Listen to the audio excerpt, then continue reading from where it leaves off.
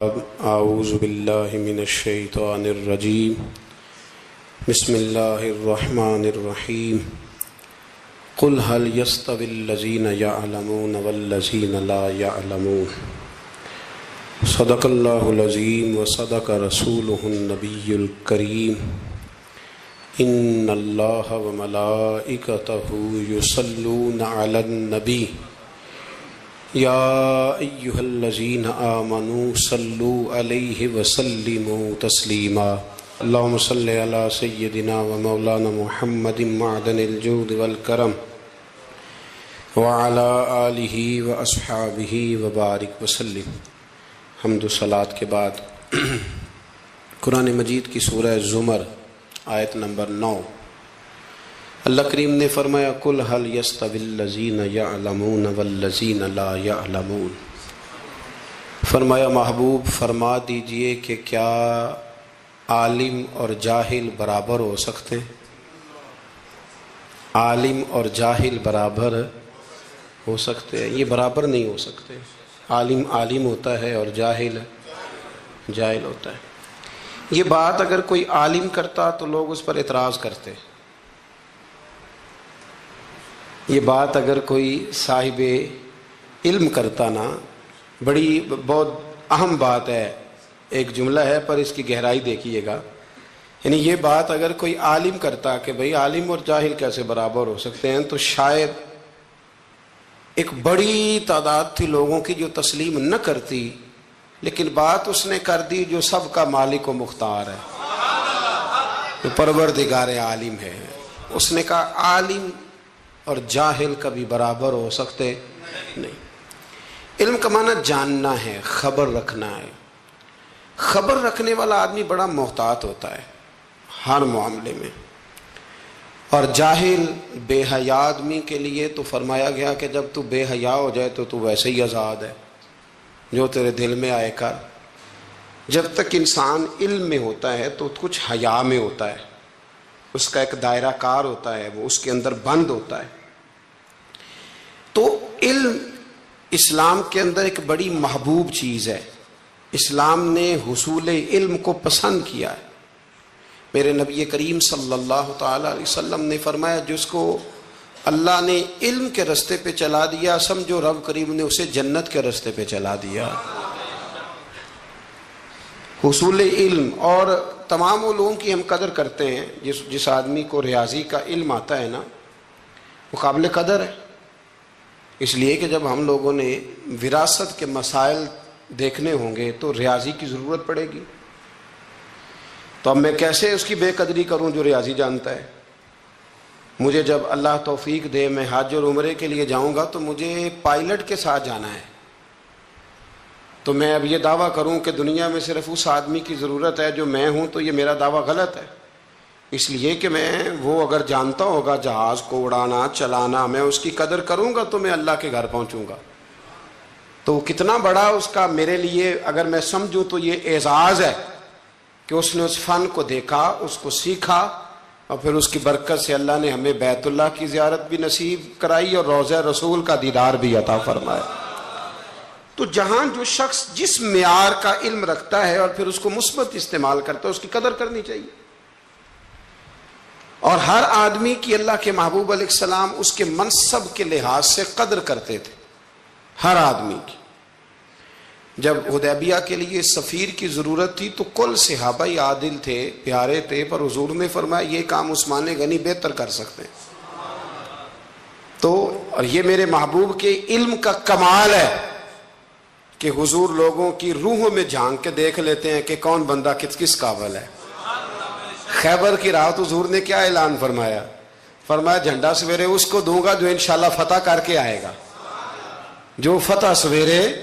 تو بات تو رات حضور نے کر دی تھی کہ فتح ہو جائے گی، اور جھنڈا میں دے دوں گا، تو پھر فتح ہوئی کہ نہ ہوئی؟ تو یہ میرے رسول کریم علیہ السلام کو اللہ نے اعزاز دیا کہ ہر آدمی کی جہاں وہ جس صلاحیت کا مالک تھا اللہ کے رسول نے قدر فرمائی۔ دوستو، عزیزو، بزرگو، یاد رکھیے گا کہ نبی کریم صلی اللہ علیہ وسلم نے ان سب سے بڑھ کر جو جس علم کو حضور لے کے آئے اور جس علم کی حضور نے فضیلت بیان کی اور جس علم کے حوالے سے میرے رسول کریم علیہ الصلاۃ والسلام نے اظہار فرمایا، وہ ہے قرآن و سنت کا علم۔ اس علم کو حضور نے بڑا پسند کیا۔ اور ایک بات یہاں سمجھ لے، کچھ علوم ایسے ہوتے ہیں جن کا مخصوص کسی شعبے سے تعلق ہوتا ہے۔ ایک مکینک ہے یا الیکٹریشین ہے تو وہ بجلی کے شعبے سے تعلق رکھتا ہے، لیکن اگر اس کو ہم یہ کہیں اس شعبے سے تعلق رکھنے والے شخص کو کہ آپ گاڑی بھی ٹھیک کر کے دیں تو یہ اس کے لیے ممکن نہیں ہے۔ گاڑی کا مکینک اور ہے اور الیکٹریشین ہے، یہ سمجھانے کے لیے بات عرض کر رہا ہوں۔ لیکن جو قرآن و سنت کا علم ہے یہ پتہ کیا ہے، یہ دین کے ہر شعبے کے ساتھ بات کرتا ہے۔ یعنی یہ وہ والا علم ہے جو ہمیں زندگی گزارنے کا طریقہ عطا کرتا ہے، جو ہمیں بتاتا ہے کہ باپ کی قدر کیا ہے اور سسر کی قدر کیا ہے، یہ بتاتا ہے کہ اماں کا مقام کیا ہے اور بیوی کا درجہ، یہ ہمہ پہلو علم ہے۔ یہ ہمیں بتاتا ہے کہ روزی کیسے کمانی ہے، معاملات زندگی کو کیسے چلانا ہے، ہم نے آگے کیسے بڑھنا ہے، تو یہ سارا ہمیں سکھاتا ہے۔ اس لیے اس علم کی فوقیت عقلاً بھی بہت زیادہ ہے۔ اور میرے نبی کریم علیہ الصلاۃ والسلام نے جو اس علم دین کو اور دین کے عالم کو درجہ دیا، اس کی جو عظمت اور جو اس کی فضیلت ہے اس کا الگ ایک مقام ہے۔ حضور صلی اللہ علیہ وسلم مسجد نبوی شریف میں تشریف لائے تو دو مجلسیں تھیں، دو مجالس تھیں۔ ایک مجلس میں لوگ بیٹھ کر ذکر کر رہے تھے، اللہ کا ذکر کر رہے تھے، عبادت کر رہے تھے، تلاوت کر رہے تھے، اور دوسری مجلس میں بیٹھ کر کے لوگ علم دین کی باتیں کر رہے تھے۔ پتہ نا آپ کو، ہمارے ہاں کچھ ایسے لوگ بھی پیدا ہو گئے ہیں جو کہتے ہیں درویش اور ہوتے ہیں، مولوی اور ہوتے ہیں۔ میں نے کہا اس کا مطلب مولوی کون ہوتا ہے؟ کہتے ہیں یہ جو عالم ہوتے ہیں دین کے۔ میں نے کہا درویش پھر جاہل کو کہتے ہوں گے، چونکہ اگر عالم، درویش کس کو کہتے ہیں؟ درویش اس عالم کو کہتے ہیں جو دین پر عمل کرے، یا وہ عمل کرتا ہے تو وہی درویش ہوتا ہے، وہی فقیر ہوتا ہے۔ اپنے علم پر عمل کرنے والا وہی درویش ہے، وہی فقیر ہے۔ تو حضور صلی اللہ علیہ وسلم تشریف لائے تو ایک مجلس علم حضور نے سجی ہوئی دیکھی اور ایک مجلس ذکر میرے نبی کریم علیہ السلام نے سجی ہوئی دیکھی۔ ان دونوں مجالس کو نبی پاک نے دیکھا اور حضور بیچ میں کھڑے ہو گئے، کھڑے ہو کے فرمایا ذکر والے بھی خیر ہی کر رہے ہیں اور علم والے بھی خیر ہی کر رہے ہیں۔ اب حضور نے فیصلہ سنانا تھا، ہیں یہ بھی اچھے اور ہیں وہ بھی اچھے۔ اب فیصلہ میرے نبی پاک کا کیا ہے؟ حضور فرمانے لگے مجھے بھی اللہ نے استاد بنا کے بھیجا ہے، یہ لفظ کہے، اور میرے نبی پاک ان لوگوں میں بیٹھ گئے جو علم دین کی بات کر رہے تھے۔ حضور نے وہاں قیام فرمایا، حضور وہاں بیٹھ گئے۔ تو میرے عزیز دوستو اس بات کو سمجھ لیں، اس پر غور کریں کہ نبی کریم صلی اللہ تعالی علیہ وآلہ وسلم نے ہمیں جو سمجھایا ہے وہ یہ ہے کہ حصول علم کا شوق پیدا کرو، علم کی مجالس کو اختیار کرو، اہل علم جاننے والے۔ ہمارے ہاں لوگوں کے پاس بڑا محدود سا علم ہوتا ہے، لیکن وہ اپنے اس علم کی ترویج کرنا، ایک خاص بیماری ہے جس پر میں اشارہ کرنے لگا ہوں، اس کو سمجھیے گا۔ تھوڑا سا علم ہوتا ہے مختصر سا، ہم کیا کرتے ہیں، ہم اس علم کو دکھانا چاہتے ہیں، بتانا چاہتے ہیں، سنانا چاہتے ہیں، حالانکہ اتنا محدود علم ہے۔ ابھی آپ ٹھہر جائیں، ابھی آپ اس میں پختگی لائیں، ابھی آپ سیکھنے کے ماحول میں رہیں۔ جب آپ سکھانے کی مسند پر بیٹھنے کی کوشش کرتے ہیں تو وہ جو آپ کا سیکھنے کا ذوق ہوتا ہے، شوق ہوتا ہے، اور جو آپ نے سیکھنے کا مزاج ہوتا ہے، اس میں ایک تو کمزوری آتی ہے، دوسرا یہ کہ پھر آپ کا ذہن جو ہوتا ہے، شیطان اور نفس، وہ آپ کو اس رستے سے روکتا ہے جس رستے پر آپ سیکھنے کے لیے نکلے ہوئے تھے۔ اس لیے زندگی میں سیکھتے رہنے کی کوشش کریں، شوق پیدا کریں سیکھنے کا، ذوق پیدا کریں سیکھنے کا۔ اگر حضرت موسیٰ چل سکتے ہیں سیکھنے کے ارادے سے، حضرت موسیٰ جب سیکھنے کے ارادے سے چلے نا جناب خضر کی طرف، تو ایک شاگرد بھی ان کے ساتھ تھا، تو شاگرد کہہ سکتا تھا کہ استاد جی یہ آپ کیا کرنے لگے، آپ تو خود استاد ہیں، تو آپ ایک نیا استاد ڈھونڈنے لگے۔ یہ چیزیں مانے ہوتی ہیں، لوگ علم سیکھ نہیں پاتے، لوگ ڈٹ جاتے۔ تو سیکھنے کا مزاج بنائیں، جب کوئی اچھی چیز کہیں سے ملے اس کو عکس کریں، اپنے تھوڑے علم کو زیادہ کی طرف جانے کے لیے حجاب نہ بنائیں، اور بڑے علماء کی بڑی باتیں خوبصورتی کے ساتھ ان کو جگہ دیں، فہم پیدا کریں۔ ہمارے زمانے میں لوگ تیزی کے ساتھ ان کو مختلف قسم کے طریقوں سے علماء سے دور کرنے کی کوشش کی جاتی ہے، عداوت پیدا کی جاتی ہے۔ پتہ آپ کو ہمارے وزیر صاحب نے پچھلے دنوں کہا کہ یہ تو پسماندہ طبقے کے لوگ ہیں، اس چیز کا تسلسل کیا جاتا ہے۔ پھر ڈھیروں لوگ ہوتے ہیں جو روز نئی نئی داستانیں بنا کے علماء سے لوگوں کو دور کرنے کی کوشش کرتے ہیں۔ بھائیو، علم کا ذوق پیدا کریں۔ 10 شوال اور 14 جون بریلی میں فاضل بریلوی رحمت اللہ تعالی علیہ پیدا ہوئے۔ اعلیٰ حضرت رحمت اللہ علیہ 4 سال 4 مہینے اور 4 دن کی عمر ہوئی تو بسم اللہ شریف کرائی گئی، پڑھنا شروع کیا۔ 6.5 سال کی عمر تھی تو ممبر پر بیٹھ کر نبی پاک کا میلاد بیان کرنا شروع کر دیا۔ 13 سال کی عمر میں اعلیٰ حضرت نے تمام علوم حاصل کر لیے تھے۔ 13 اور تقریباً 13.5 سال اور 13.25 سال کی علم میں ایک ہوتا ہے تقریر کرنا اور ہوتا ہے ایک ہوتا ہے فتویٰ لکھنا۔ بہت بڑا مفتی ہو تو فتویٰ لکھتا ہے، تو ابھی اعلیٰ حضرت کی عمر پوری 14 سال نہیں ہوئی تھی کہ فتویٰ پہلا لکھ کے دے دیا۔ آپ کے والد صاحب بہت بڑے مفتی تھے، زمانہ فتویٰ لیتا تھا۔ جب پہلا فتویٰ اعلیٰ حضرت نے دیا تو آپ کے ابا جی اسی دن اٹھے، فرمانے لگے بیٹے میں آج سے فارغ ہوں، فتویٰ تو ہی لکھا کرے گا۔ اور یہ پتہ ہے بات کیا ہے، لوگوں کو حسد پیدا ہو جاتا ہے، جس میں کوئی خوبی ہو نا اس کی خوبی کا اعتراف کرنا چاہیے، جلنا نہیں چاہیے۔ لوگ جلتے ہیں، داستان سرائی کرتے ہیں، پروگرام بناتے ہیں۔ خوبی ہو تو خوبی کا اعتراف، ہم خوبی کا اعتراف نہیں کرتے، یہ ہمارا نقص ہے۔ اعلیٰ حضرت رحمت اللہ علیہ کو اللہ نے کمال دیا۔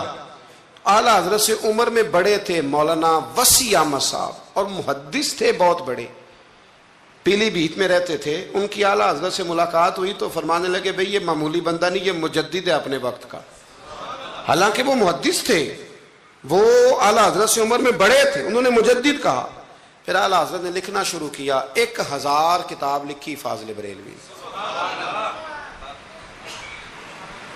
کتنی پڑھی ہے ویسے ایسا کدی 1000؟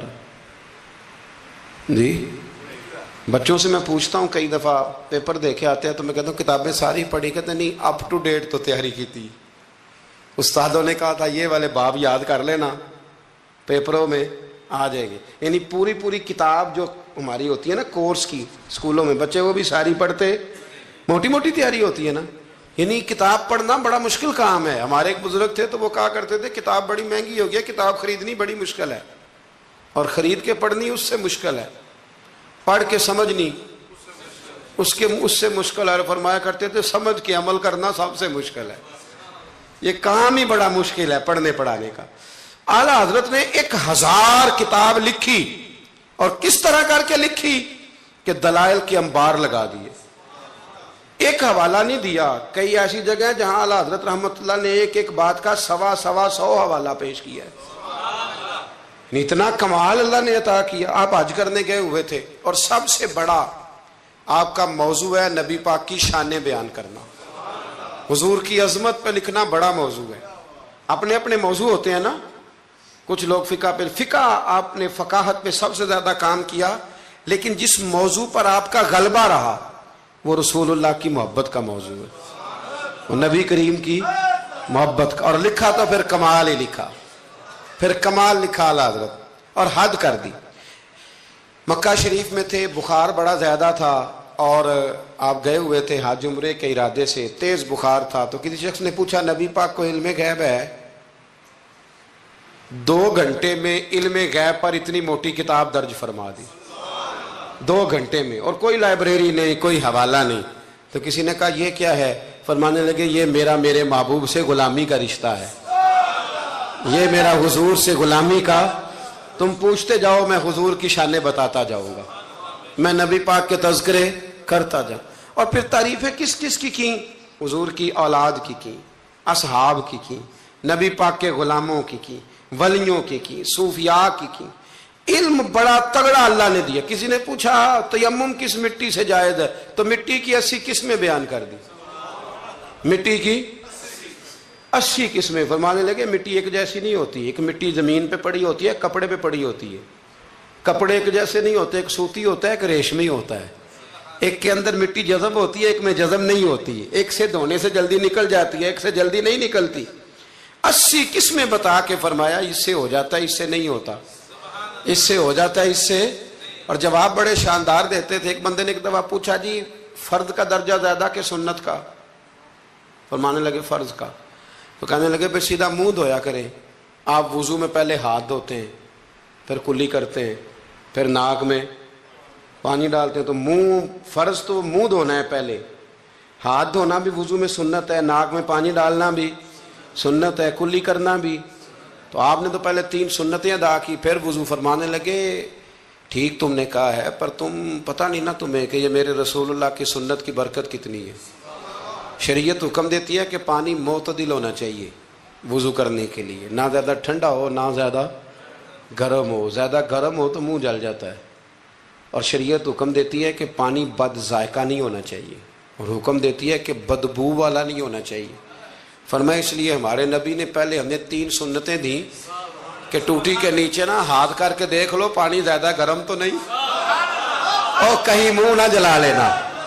اور پھر ہمارے نبی نے ہمیں سنت دے کے بتایا کہ منہ میں ڈال کے دیکھ لو بد ذائقہ تو نہیں، پھر کہا ناک میں ڈال کے دیکھ لو کہ اس سے بو تو نہیں آتی۔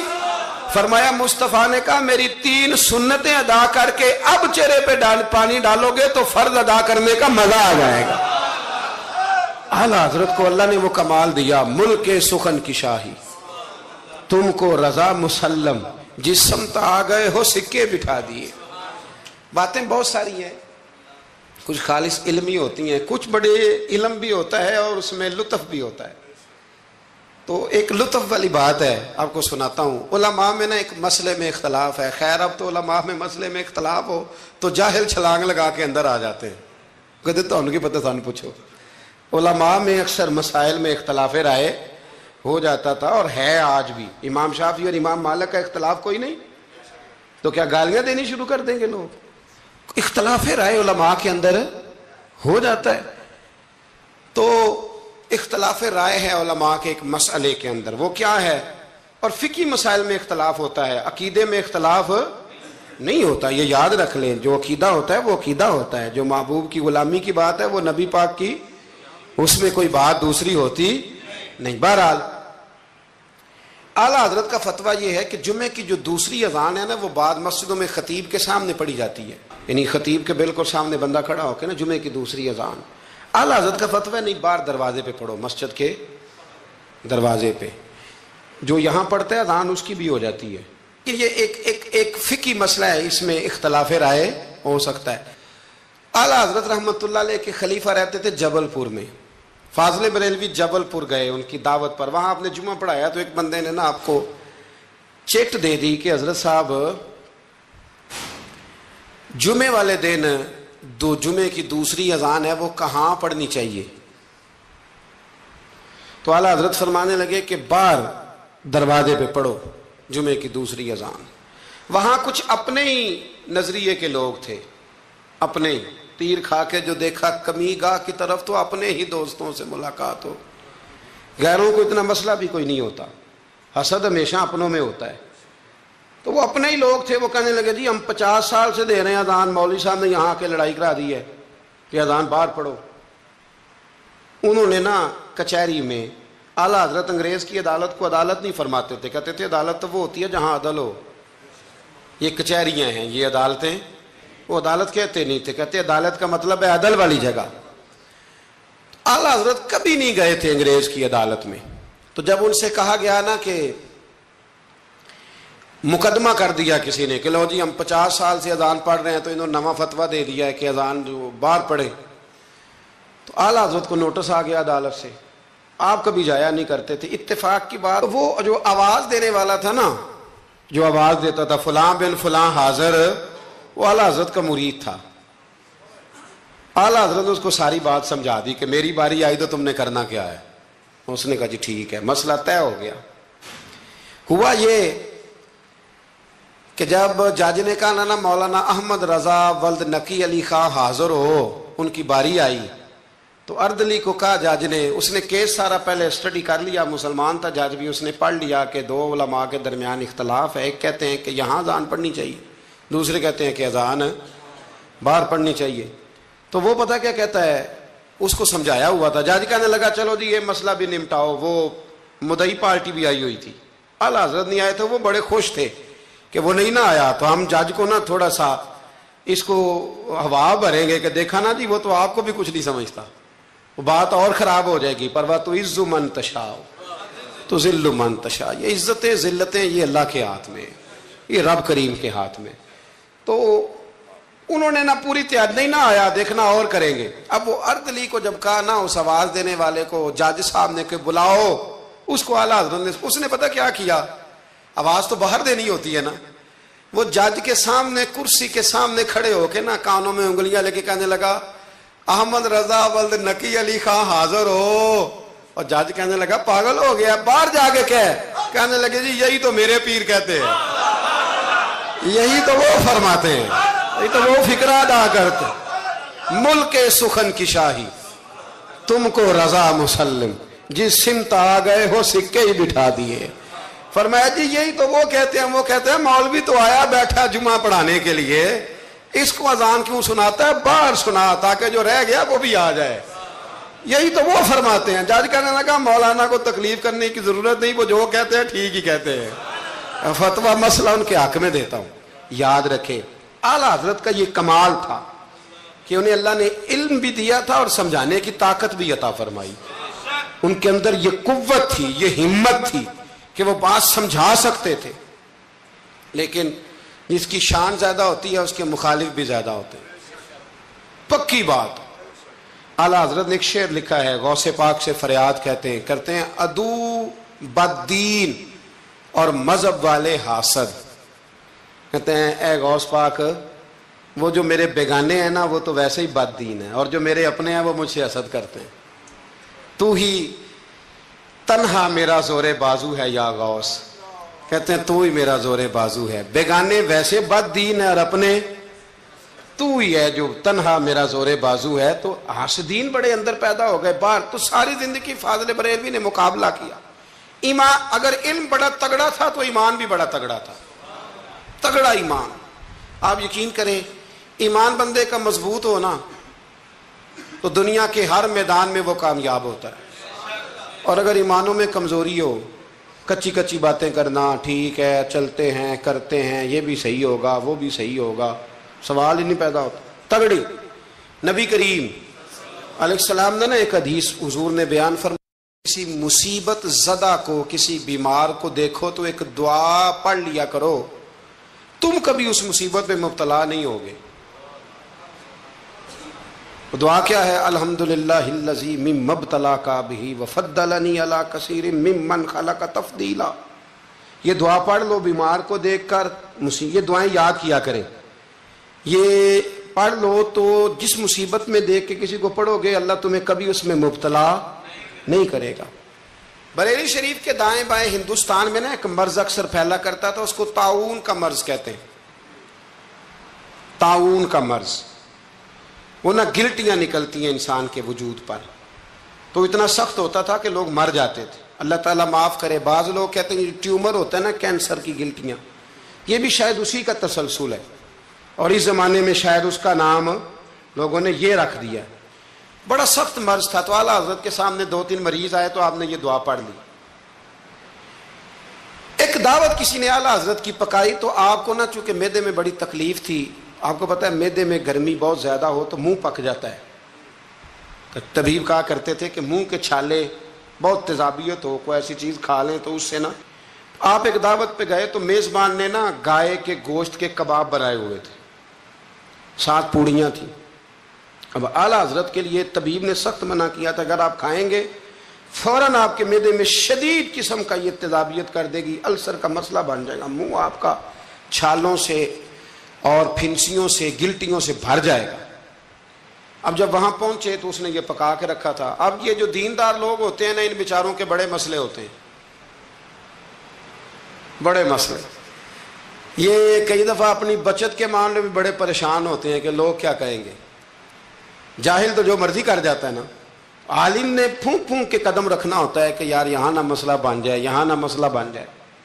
اب وہ آپ کا خادم کہنے لگا حضور ان سے کہتے ہیں کہ یہ سادہ کوئی کھانا لے آئے تاکہ آپ کھا لیں، اب یہ آپ کھائیں گے تو بیمار ہو جائیں گے۔ تو اعلیٰ حضرت فرمانے لگے وہ تو بات تیری ٹھیک ہے کہ بیمار ہو جاؤں گا، لیکن اب یہ آدمی ہے، اس کو میں کیسے کہوں؟ یہ کہے گا کہ میں نے اتنی محنت کی ہے اور یہ کھا نہیں رہے۔ اخلاقاً درست نہیں کہ آپ میزبان کو اب آپ کسی کو کہہ دیں، واقعی مشکل ہوتی ہے کہ یار حد ہو گئی ہے، اتنے پیسے لگا دیے اس کو پسند نہیں آ رہا۔ خیر چاروں ناچار آپ فرمانے لگے یار جتنا بھی کھایا جاتا ہے کھا لیتے ہیں، پھر جو ہوگی دیکھی جائے گی، بندے کا دل رکھنا بھی تو ضروری ہے نا۔ اور رب کریم کے بندوں کا طریقہ یہی ہے، اللہ کے بندوں کا طریقہ یہی ہے، دل رکھنا بھی تو ضروری ہے نا۔ اعلیٰ حضرت نے نا وہ پوڑی بھی کھا لی، کباب بھی کھا لیا، جا کے گھر آ کے رات کو لیٹے، سویرے اٹھے تو منہ سارا چھالوں سے بھر گیا، کیونکہ طبیب نے منع کیا ہوا تھا۔ اتنا بھر گیا کہ بولا بھی نہیں جاتا، منہ کھولا بھی نہیں جاتا، شدید مشکل ہے، کیا کریں؟ آپ کے بھائی مولانا حسن رضا صاحب رحمۃ اللہ علیہ نا ایک طبیب کو لائے، بڑے سیانے کو، اس نے آتے ہی کہا ان کو تو طاعون ہو گیا۔ اعلیٰ حضرت فرمانے لگے تو جھوٹ بولتا ہے اور تیری حکمت بھی جھوٹ بولتی ہے، مجھے طاعون نہیں ہو سکتا۔ اس نے کہا جناب وہی گلٹنگ ہے۔ فرمانے لگے تو جھوٹ بولتا ہے اس لیے کہ میں نے طاعون والے مریض کو دیکھ کے وہ دعا پڑھ لی تھی جو میرے نبی نے سکھائی ہے۔ تو طبیب کی بات غلط ہو سکتی ہے، میرے حبیب کی غلط نہیں ہو سکتی، حبیب کی بات غلط ہو سکتی۔ فرمایا وہ کہنے لگا جی وہی ہے، تو آپ فرمانے لگے طبیب جھوٹا ثابت ہوگا اور حبیب کی بات کو اللہ سچ ثابت کرے گا، یہ ہو ہی نہیں سکتا، میں نے دعا پڑھ لی تھی، یہ کیسے ہو سکتا ہے؟ یہ یقین کامل ہے۔ یہ کیا ہے بولیے؟ علامہ اقبال کہا کرتے تھے یاد رکھو غلامی سے بدتر ہے بے یقینی، غلامی سے بدتر ہے بے یقین نہیں، یقین کامل، پیر کامل کہ یقین کامل؟ حالانکہ دونوں کوئی کامل ہونا چاہیے، پر یقین کامل بڑا نفع دیتا ہے۔ یقین کامل ہے، آپ یقین کریں۔ ایک درویش کی میں بات پڑھ رہا تھا تو وہ کہیں مرید ہو گئے، تو اتنے یہاں نا پیری مریدی بڑی کچی ہوتی ہے، ہو بھی سکتا ہے، پوچھ بھی لیتے ہیں کہ ایسا نہیں، مرید ہو گئے تو کسی نے ان کو کہا کہ سچی بات یہ ہے کہ بندہ کامل نہیں۔ فرمانے لگے نہیں کامل تو میں نے پکڑ لیا، میں نے رب سے کہنا اسے کامل کر، کیونکہ میرا سارا کچھ یہی ہے۔ ختم ہو گئی بات، ایک در پھڑیے تو محکم پھڑیے، ایک دئی ہو کے مریے، اللہ کر دے گا کامل۔ ختم ہو گئی بات۔ یہ کیا بات ہوئی؟ کچی کچی باتیں کرنا، کچی کچی اور عقل کے گھوڑے دوڑانا، بس جس سے لگا لی پھر اس سے پکی لگا لی۔ یہ آپ جہالت، وہ آدم چشتی کہتا ہے لگا جدوں بازار ازلدا تے لوکی چوراں وانگ سدائے، کسے نے لٹ لی علم دی دولت تے کسے ہاسے چولی پائے، آزم ویخ جہالت ساڈی اسی عشق خرید لے آئے۔ ایک جہالت ساڈی اسی، اور ایک شعر اور بڑا کمال ہے اس کا، چلو آ گیا ہے، اعلیٰ حضرت کا موضوع ہے نا تو مجھے بھی بڑا ہی مزہ آ رہا ہے۔ تو وہ کہتے ہیں کہ کسے دے سر دستار امامت اس علم پڑھاون سکھیا ہے، تو کسے نے پہنے ہیں فقر دا چوغا اس زہد کماون سکھیا ہے، آزم ویخ مقدر ساڈا اساں یار مناون سکھیا ہے۔ ویخنا مقدر ساڈا اساں پکا پروگرام بنایا ہے، ویخ مقدر ساڈا اساں یار مناون سکھیا ہے، تے سانوے دی بڑی جاچ ہے، اساں یار نہیں سمجھ بات کی، اساں یار مناون۔ صحابہ کو پتہ ہوتا تھا کہ حضور کو منانا کیسے، وہ بندہ ڈھونڈ کے لے آتے تھے، انہیں پتہ تھا یہ کیسے مانیں گے۔ اعلیٰ حضرت فرمانے لگے کہ طبیب کی بات غلط ہو سکتی ہے، حبیب کی بات غلط ہو سکتی، مجھے طاعون نہیں ہو سکتا، سوال ہی نہیں پیدا ہوتا۔ وہ حکیم ناراض ہو گیا، ہوتا نا ڈاکٹر صاحب بگڑ جاتے ہیں کہ میرا مطلب یہ کیسے ہو گیا۔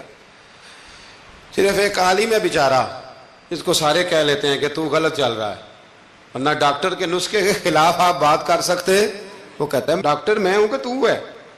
تو وہ طبیب صاحب ناراض ہو کے چلے گئے۔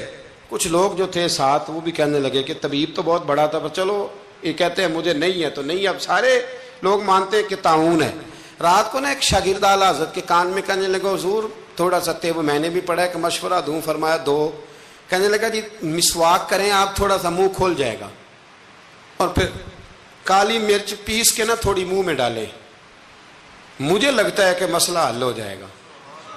فرمانے لگے تو میرا مخلص ہے، تو جو کہہ رہا ہے مجھے بھی اس میں بہتری لگ رہی ہے۔ وہ ایک مسواک لایا، فرمایا یہ میرے نبی کی سنت ہے۔ تھوڑی سی مشکل سے مسواک کی اور پھر مرچیں نا، کالی مرچیں پسی ہوئی منہ میں ڈالی۔ آدھے گھنٹے کے بعد ایک قے آئی اور اندر نہ سارا خون جو مسوڑوں میں تھا اور جو سارا جمع ہوا تھا باہر آ گیا۔ اعلیٰ حضرت رحمت اللہ علیہ فرمانے لگے بلا کے لاؤ اس طبیب کو۔ وہ کہتا تھا منہ کھول نہیں سکتا، گلٹیاں بن گئے، اسے بلا کے لاؤ، پہلے میں اسے اللہ کا قرآن سناؤں گا، پھر محمد عربی کی نعت سناؤں گا، میں بتاؤں گا کہ میرا منہ کھلا ہے کہ نہیں کھلا۔ بلا کے لاؤ۔ میرا یقین کامل ہے کہ حضور نے جو فرما دیا ہے اس سے بات آگے پیچھے ہو سکتی، یہ کمال۔ اور پھر علم کمال تھا، یقین کمال تھا، تو عمل بھی کمال تھا، عمل بھی کمال۔ عمل اعلیٰ حضرت نے پایا تھا، کمال کا عمل تھا، کمال۔ دیکھیں ایک دفعہ نا آپ نا سفر کرتے تھے نا، جب اس وقت ٹرین پہ سفر زیادہ ہوتا تھا، آج بھی ہندوستان کے لوگ ٹرین پہ سفر کرنا پسند کرتے ہیں۔ میں نے بھی وہاں ٹرین پہ سفر کیا ہے، تو ٹرین بیفور ٹائم آ جاتی ہے، وقت سے پہلے اسٹیشن پہ ٹرین ہوتی ہے، مزہ آتا ہے ٹرین پہ سفر کرنے۔ تو ایک دفعہ میں یہاں لاہور سے بیٹھا کراچی جانے کے لیے، تو میں نے ان سے پوچھا کب پہنچے گی؟ کہتے تسی بہ جاؤ، جدو سارے پہنچن گے تسی بھی پہنچ جاؤ گے۔ یعنی ہمارا یہ حال ہے کہ وہ اس نے نا مجھے مطلب اتنا شاندار جواب دیا کہ میں چپ کر گیا۔ میں کہ گل تو ٹھیک کردا ہے۔ کہندے جی ٹائم ہن تانوں کیویں دسیے، کیونکہ ٹائم ہے ہی کوئی نہیں، حالات ہی بڑے خراب تھے ان دنوں۔ کہنے لگا بیٹھ جائیں، جب سارے پہنچیں گے تو آپ بھی۔ میں کہ چلو ٹھیک ہے، ختم ہو گئی بات۔ تو ہندوستان میں نا ٹرین کا سفر زیادہ کیا جاتا ہے۔ اللہ تبارک و تعالیٰ فضل کرے گا، پاکستان کی بھی ہر چیز انشاءاللہ آگے نکل جائے گی سارے دن۔ اس وطن پہ اللہ نے بڑا ہی فضل کرنا ہے۔ تو سفر تھا۔ اعلیٰ حضرت کا طریقہ یہ تھا کہ آپ یہ حساب لگاتے تھے کہ نماز کا وقت کہاں آئے گا، کوشش فرماتے تھے کہ ٹرین بدلنی پڑے تو بدل لیں، لیکن ایسے ٹائم پہ جا کے ٹرین رکے کہ جہاں نماز نہ رہ جائے۔ یہ خاص ان کا تقویٰ تھا۔ بہرحال ایک دفعہ نا اجمیر شریف جا رہے تھے، خواجہ معین الدین اجمیری کے مزار پہ حاضری دیں، سلطان الہند کے مزار پہ اعلیٰ حضرت تشریف لے جا رہے۔ رستے میں نے ایک جگہ مغرب کا وقت ہوا، ٹرین تھوڑی دیر کے لیے رکی، تو اعلیٰ حضرت فرمانے لگے نیچے اترو بھائی۔ ساتھ ہی نا پلیٹ فارم پہ صفیں بچ گئیں، چادریں بچ گئیں، مسلح بچ گئے، اعلیٰ حضرت جماعت کرانی شروع کر دی۔ رابٹ نام تھا اسٹیشن ماسٹر کا، وقت ہو گیا۔ وہ جو گاڑی کا ڈرائیور تھا وہ مسلمان تھا اور بڑا عقیدت مند تھا، یہ انگریز تھا، انگریزوں کی حکومت تھی۔ اس کا دل تھا کہ میں بزرگوں کو نماز پڑھ لینے دوں، پر یہ کہنے لگا چل ٹائم ہو گیا، وصل دے، جو بیٹھ گیا بیٹھ گیا، جو رہ گیا رہ گیا۔ اس نے وصل دیا گاڑی کو، اعلیٰ حضرت نماز پڑھتے رہے، دوسری رکعت سکون سے نماز پڑھی۔ اب وہ گاڑی کو آگے لے جاتے ہیں، گاڑی آگے جاتی نہیں، آگے لے جاتے ہیں جاتی نہیں۔ وہ رابٹ جو تھا وہ کہنے لگا اس کو، ڈرائیور کو، چلاتا کیوں نہیں؟ کہنے لگا چال ہی نہیں رہی، انجن میں مسئلہ ہو گیا ہے۔ کہنے لگا ذرا پیچھے کرنا۔ اس نے پیچھے کی تو پیچھے ہونے لگ گئی، آگے کی تو جاتی نہیں۔ اس کو شک پڑا کہ یہ مسلمان ہے، شاید فیور کر رہا ہے، کہتا تو نیچے اتر، میں بیٹھتا ہوں۔ وہ بیٹھا، اور وہ آگے کرتا ہے تو گاڑی آگے نہیں جاتی، پیچھے کرتا ہے تو گاڑی پیچھے جاتی ہے۔ انجینئر کو بلایا، ہر چیز چیک کر لی، پر گاڑی چلتی نہیں۔ کیسے چلے؟ ہر مشکل دی کنجی یارو ہاتھ مرداں دے آئی، یہ کیسے چلے گی؟ سوال ہی نہیں پیدا ہوتا، چل سکتی نہیں۔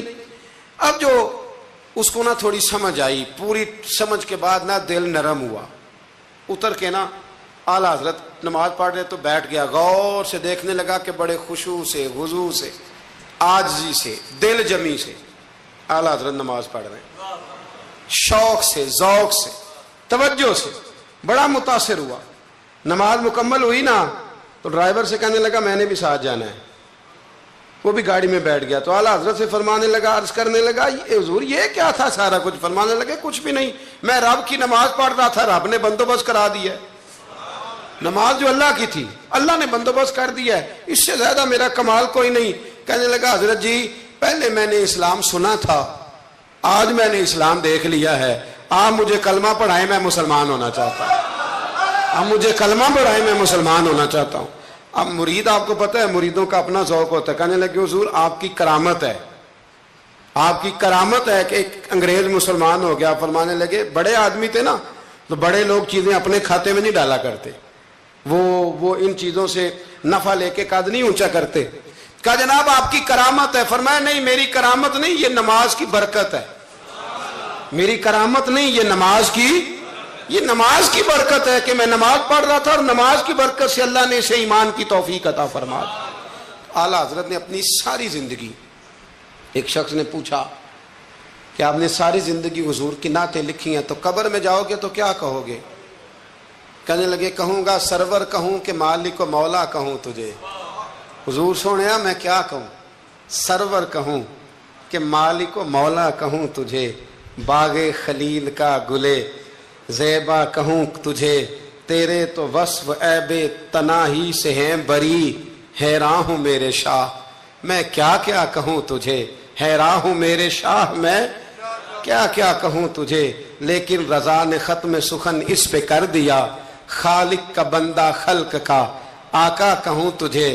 پھر کہنے لگے نعمتیں بانٹتا جس سمت وہ ذیشان گیا, ساتھ ہی منشی رحمت کا قلم دان گیا, انہیں مانا انہیں جانا نہ رکھا غیر سے کام, للہ الحمد میں دنیا سے مسلمان گیا. آج لے ان کی پناہ, آج مدد مانگ ان سے, کل نہ مانیں گے قیامت میں اگر مان گیا. جان و دل ہوش و خرد سب تو مدینے پہنچے, تم نہیں چلتے رضا سارا تو سامان گیا. اور دیکھیے لکھنے کا انداز, کہنے لگے ان کی مہک نے دل کے غنچے کھلا دی. ان کی مہک نے دل کے, یہ نہیں کہا کہ موسم کھلا دیا ہے, دل کے, صرف حضور نے نہیں, حضور کی مہک نے, ان کی مہک نے دل کے غنچے کھلا دیے ہیں, جس راہ چل دیے ہیں کوچے. بس حضور گزر جائیں تو وہ گھر بس جاتا ہے, کوچا بس جاتا ہے. ان کی مہک نے دل کے غنچے کھلا دیے ہیں, جس راہ چل دیے ہیں کوچے بسا دیے ہیں. اللہ کیا جہنم اب بھی نہ سرد ہوگا, رو رو کے مصطفیٰ نے دریا بہا دیے ہیں, رو رو کے مصطفیٰ نے دریا بہا دیے ہیں, رو رو کے مصطفیٰ نے دریا بہا دیے ہیں. یہ شعر جب پہنچا نا داغ دہلوی کے پاس, اقبال کے استاد, تو وہ کہنے لگے مجھے کہنے دو ملک سخن کی شاہی, تم کو رضا مسلم, تم جس سمت آ گئے ہو سکے بٹھا دیے.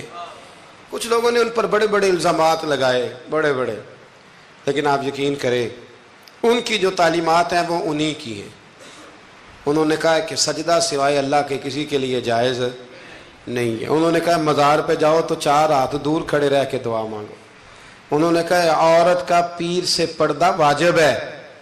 انہوں نے دین جو بتایا ہے نا, لوگوں نے بڑے بڑے پراپوگنڈے کیے, بڑے بڑے لوگ پراپوگنڈے کرتے رہتے ہیں.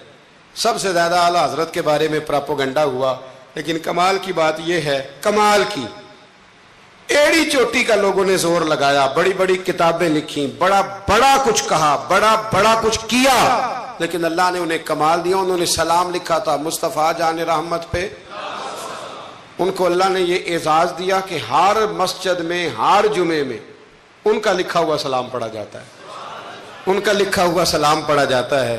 سب ان سے جلنے والوں کے گل ہو گئے چراغ, احمد رضا کا تازہ گلستان ہے آج بھی. میرے آقا مدینے میں مجھے بھی اب بلا لیجئے, میرے آقا مدینے میں مجھے بھی اب بلا لیجئے. ترستی ہے میری آنکھیں, ترستی ہے میری آنکھیں, مجھے روضہ دکھا دیجئے. میرے آقا